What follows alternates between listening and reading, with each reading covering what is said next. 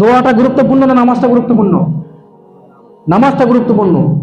অনেকে আমরা কি করি, যে যখন আমরা সালামের পরে যখন আমরা দোয়া করি, অনেক মুসল্লি থাকে যাদের 1 রাকাত 2 রাকাত 3 রাকাত ছেড়ে যায়, তারা যখন পিছনে নামাজ পড়ে দোয়াটা সেই সময় আমাদেরকে আস্তে আস্তে করতে হবে।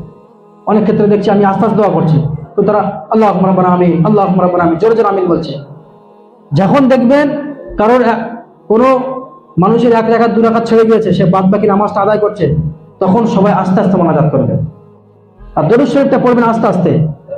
কারণ আপনার কারণে যদি সেই ব্যক্তির নামাজের মধ্যে ব্যাঘাত ঘটে, নামাজের মধ্যে ত্রুটি হয়, তার গুনাহগার ভাগীদার কিন্তু আমাদের হতে হবে। এই জিনিসটা মাথায় রাখবেন।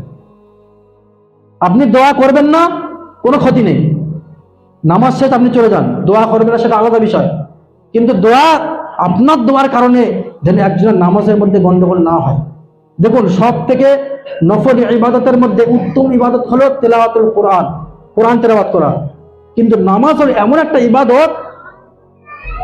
ইবাদত, আমাদের ইমাম আজম এবং আবু হানিফা রহমতুল্লাহ আলাইহি বলছেন যে শ্রেষ্ঠ নফল ইবাদত হলো কোরআন তেলাওয়াত। কিন্তু কোন কোরআন তেলাওয়াত করনে ওয়ালার পাশে যদি কেউ নামাজে দাঁড়িয়ে যায়, সেখানে উচ্চ স্বরে কোরআন তেলাওয়াত করা যাবে না, সেখানে তোমার আস্তে আস্তে কোরআন তেলাওয়াত করতে হবে। তার মানে কি, নামাজের গুরুত্বটা অনেক।